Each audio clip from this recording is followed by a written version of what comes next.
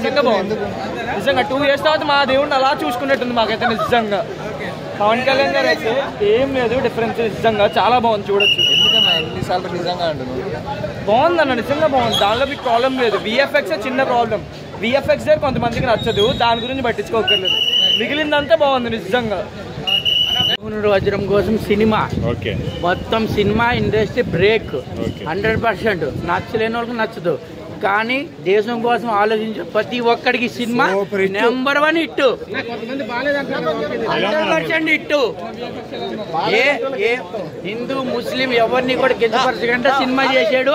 100% hit. Sequence కూడా చాలా బాగా చేశారు. నెక్స్ట్ ఏంటంటే అసలు డైలాగ్స్ కూడా చాలా బాగున్నాయి, సెన్సిబుల్గా డైలాగ్స్ ఉన్నాయి, ఎవరి మీద ఏం లేకుండా. యాక్చువల్లీ అది కోహినూర్ గురించి ఎలా తీసారు అదంతా చెప్పి పవర్ స్టార్ లుక్స్ ఎలా ఉన్నాయి ఇందులో? పవర్ స్టార్ లుక్స్ బాగున్నాయి, చాలా బాగున్నాయి.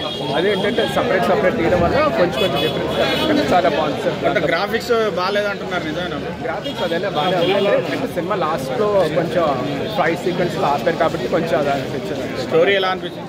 స్టోరీ ఆల్రెడీ పవన్ కళ్యాణ్ గారు చెప్పి ఉన్నారు.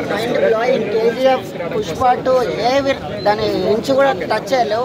కలెక్షన్స్ నాకు తెలిసి ఒక షేక్ చేస్తాను, 1 డేలో లేదు కానీ మాత్రం బాగుంది, చాలా బాగుంది. అసలు అనుకోలేదు, ఎక్స్పెక్టేషన్స్ లేకుండా వచ్చాము. బాగుంది, చాలా బాగుంది. ఎలివేషన్స్ ఎలా ఉన్నాయన్న?